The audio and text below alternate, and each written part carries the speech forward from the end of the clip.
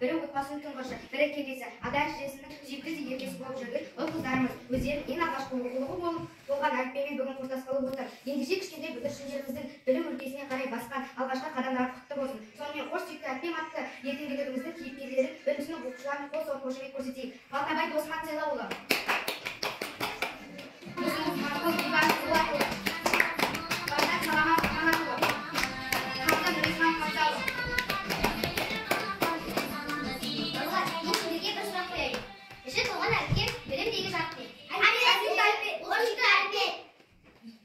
Армысыңдар жас достар? Олай болса бәрімізге ең қымбат әліппені ортаға шақырамыз.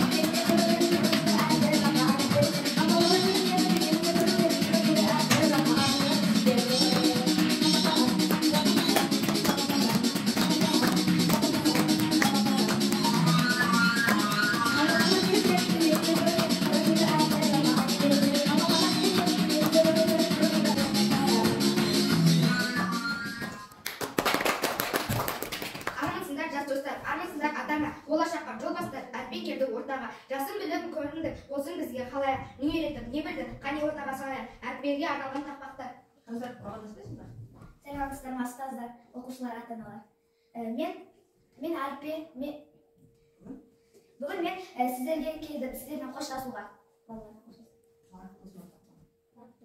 Марттаққа баспаларын әліппе ғылым анасы, әліппеден басарған даналықтың данасы, әліппе менен әліппе сені қолы алып мен есігін аштым ететтен ертең сені жағып мен.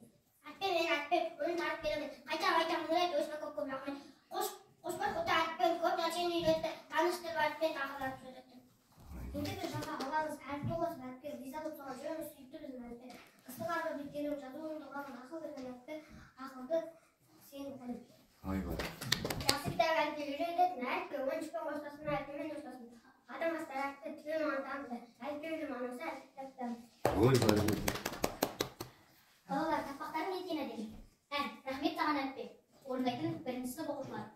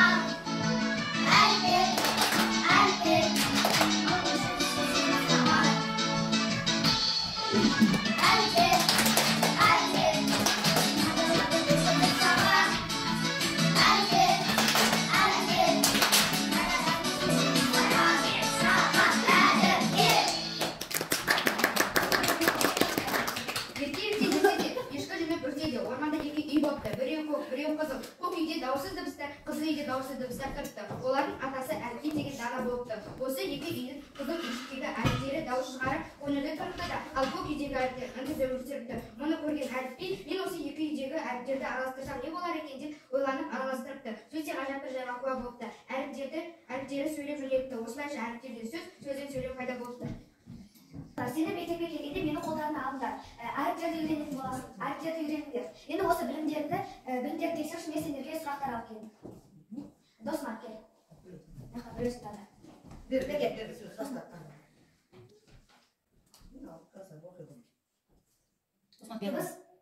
Дыбыс бермейтін әріптер. Дыбыс естілмейтін әріптер қандай? Ю, я. Жоқ, сөздерді айтқан кезде естілмейтін әріптер қандай? Жуандық белгісі жеміскен белгісі.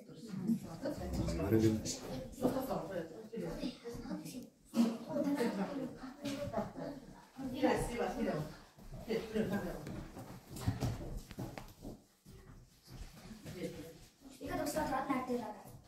Айтылғанда екі дыбыстан естіліп тұрады. Ю, я. Ю, я. Ю.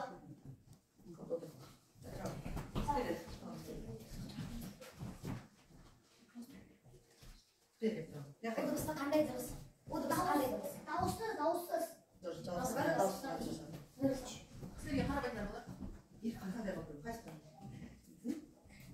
Қазақ тілінде қанша әріп бар? 42. Құдай бәрекелді.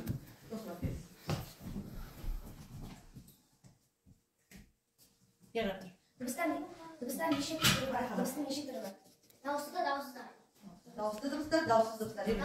Дауысты дыбыстар, дауыссыз дыбыстар.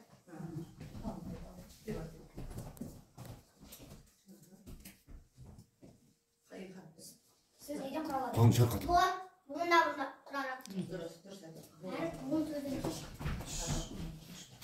Рахмет балалар, міне біз әліппені аяқтадық. Осы оқулықтан біз өз отанымыз туралы көп оқып білдік. Ендігі кезекте отанымыз туралы білгенімізді ортаға салайық. Балалар, біздің отанымыз қай мемлекет? Қазақстан Республикасы. Қазақстан Республикасы. Біздің еліміздің елордасы қай қала? Астана.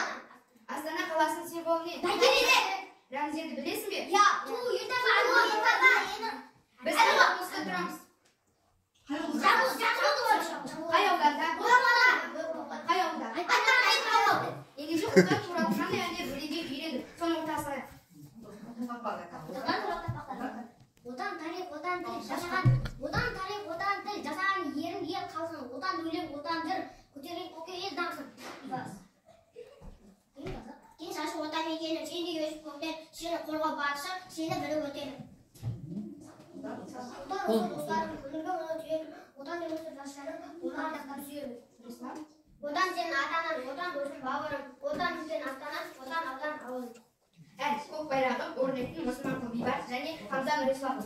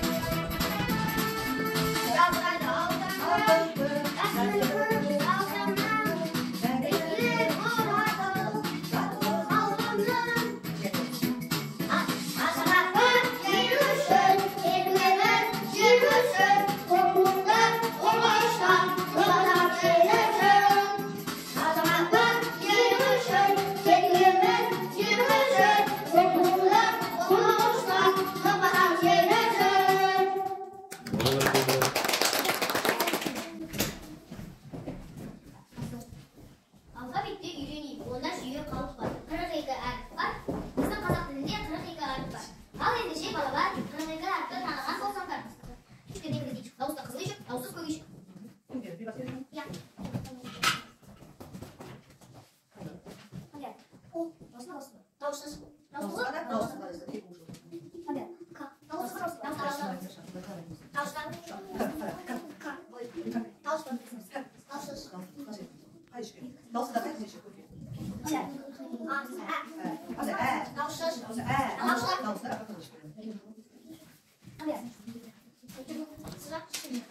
Dağılışız. Hadi. Dağılışız. Hadi. Ekskavator. Ye. Dağılışız. Dağılışız. Ye. Tozmak dur. Dağılışız. Dağılışız. Şişir bakalım. Hadi. Sen gel. Öyle. Dağılışız. Dağılışız. Hadi. Dağılışız. Dağılışız. Hadi dağılışız. Tamam, bir dağılışız gideceğiz. Hadi. Aa.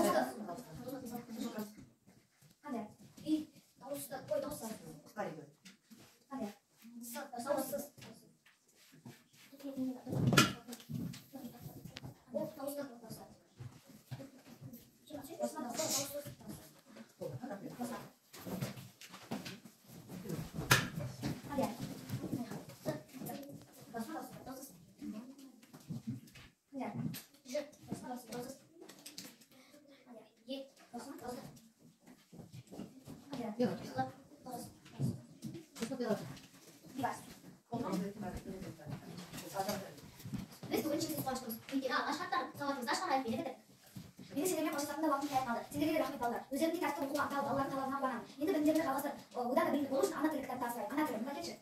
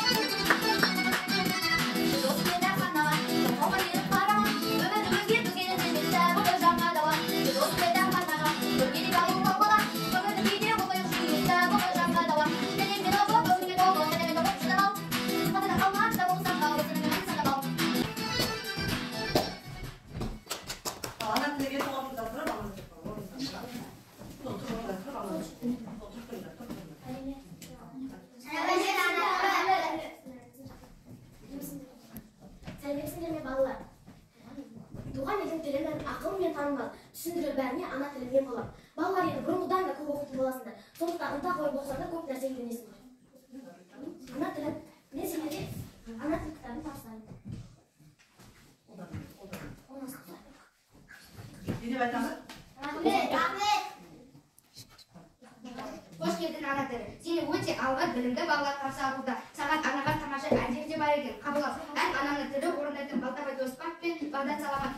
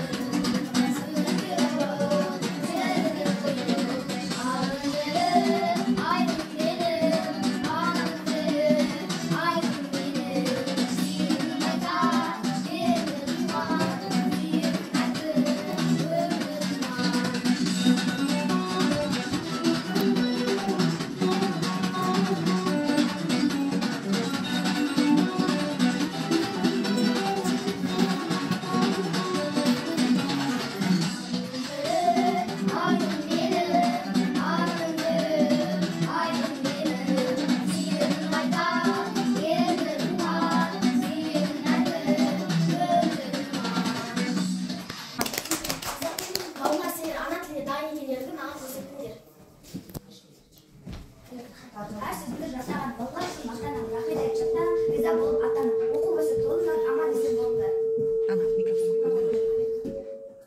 Әліппе, тоқта. Бабалардың ана тілін екеуіне арнаған өлеңдері бар екен. Өнерлері бар екен. Әліппе. Тамаша, өзімде қимай тұр едім. Қанеке, ортаға ашып келіңдерші.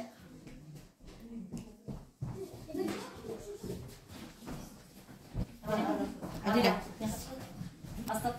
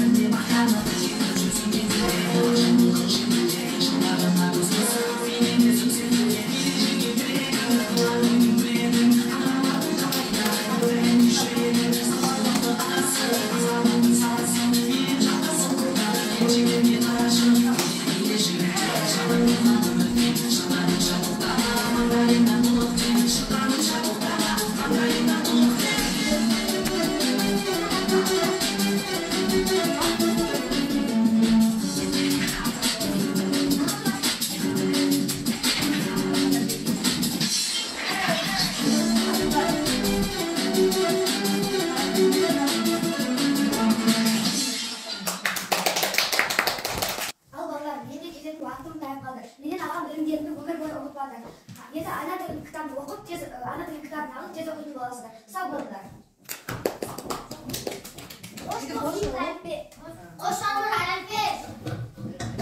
Осымен қош бол сүйікті әліпби ертеңгілігіміз аяқтап келеді. Балаларды бүгінгі мерекелерімен құттықтау үшін және әліпбині аяқтағаны жөнінде сертификат табыстау үшін мектеп директоры Ноғаев Болат Мұсылманқұловын шақырамыз.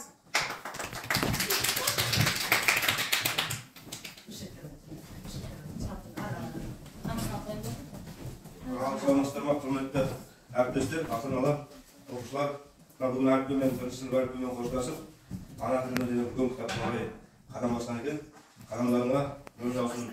Мектепте тек қана оқуда озат болыңдар, сабақтарын тек қана 5 болсын. 5 болсындар ма? Сабақты жақсы оқыңдар. Қырық екі әріпті түгел жаттап алыпсыңдар. Қазір көріп жатыр.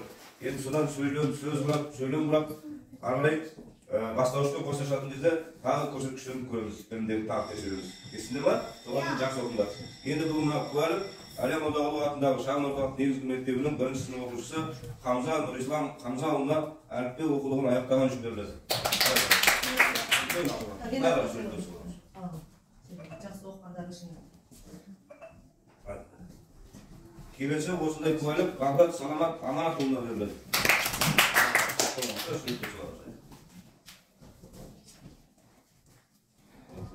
Келесі Балтабай Досмат Сайлауұлына беріледі.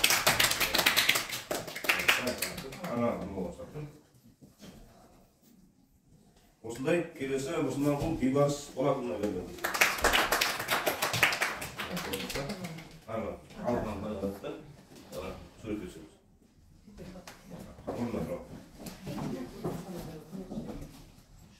Ал енді осындай оқушыларды өстіп, өздеріңіз білесіздер, былтыр даярлық топ болған жоқ. Бірден бұл балалар садиктен жүріп, бірден бірінші сыныпқа келді. Енді іштеңе сызу, жазу іштеңе білмей бірінші сыныпқа келіп, бірінші сыныпта санаулы күндердің ішінде осыншама тірлік арқылы үйреніп білу деген, ол біріншіден сынып жетекшісіне рахмет, екіншіден балалардың еңбегі. Осы еңбегіне ат салысып, үйден мектепте 6 сағат болса, үйде ары қарай 24 сағаттың 6 сағаты ғана мектепте болса, қалған үйдегі сағаттың барлығында аянбай еңбек етіп жүрген ата-аналарға, осы балалардың ата-аналарына, осы балаларды үйреткен үшін құрмет ордені бар бізде. Сол орденді құттықтауға табыс етіңіздер. Құрметті Раушан Әуесбекқызы, бала тәрбиесіндегі ерекше еңбегіңіз үшін рахмет. Сіз ең керемет жансыз.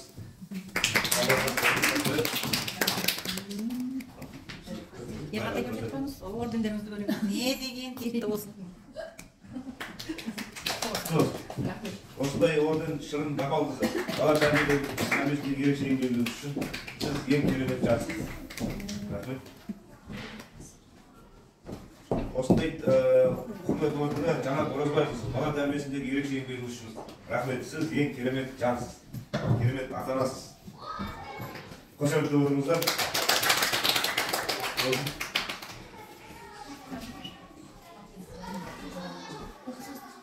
Осындай құрмет ордені Лаура Серікқызына берілді, бала тәрбиесіндегі ерекше еңбегі үшін. Ағасы қалсын. Анана Еурлайын еңдер аға. Рахмет.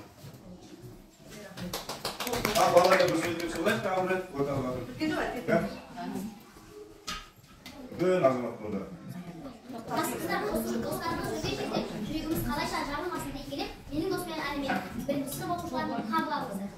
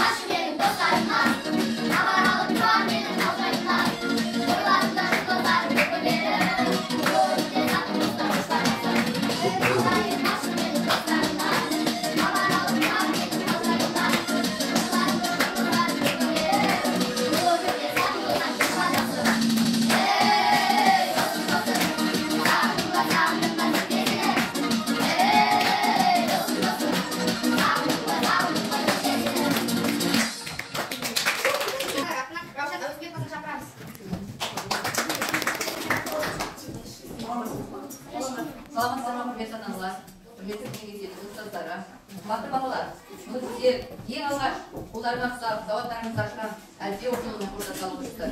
Сіздер сауатты болдыңыздар. Оның сауатты жолдарыңызға көп еңбек сіңірген сіздердің ұстаздарыңыз Таңшолпан Сепайқызына үлкен шығармашылық табыс тілейміз. Деніне саулық тілейміз, отбасылық бақыт тілейміз. Шығармашылық табыстан табысқа жете берсіздер. Теріңізді білдіре отырып ата-аналардың атынан алғысымыз сізге шексіз. Біздің балаларымыз сіздің алдыңызда барлық әріптерді танып, сауатты оқып жатыр, әлі жазады. Бүгін әріппемен қоштасып, ана тіл оқулығына отыр. Мен енді ойлаймын, бұл балалар Таңшолпан Сепайқызының еңбегін ақтап, ана тілде жақсы оқиды деп ойлаймын. Солай ма балалар?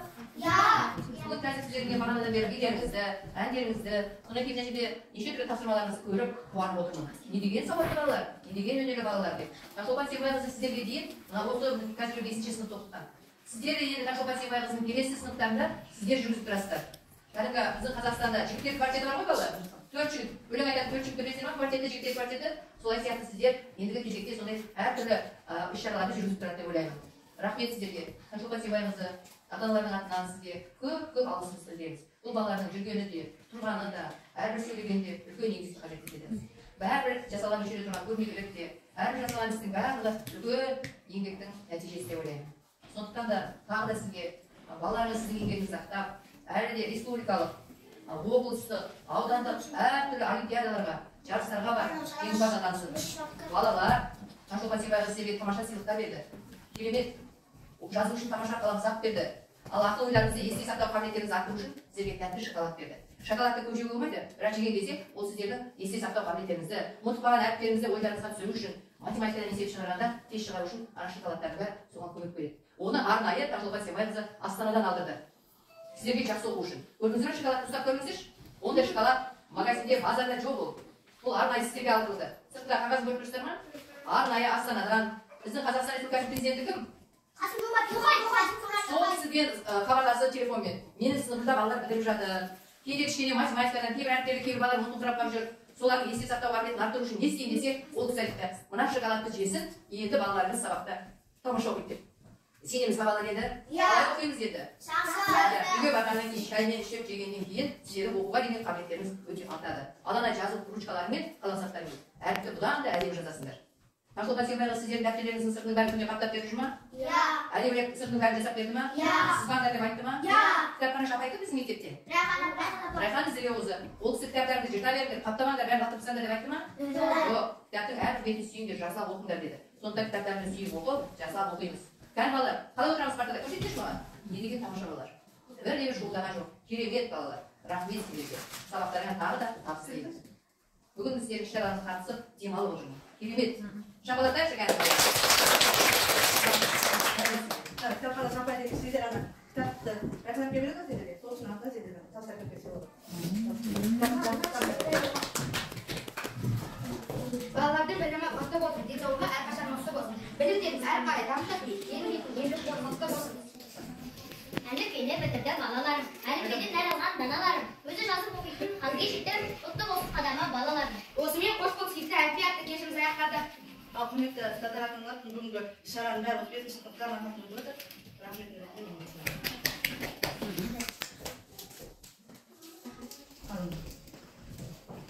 Алдарыңызда тұрған дәм сіздерге әліппеден қалаларда. Келгендерге көп рахмет. Қой шашылма, қой шашылма. Рахмет. Енді Таңшолпан Сембайқызы біздің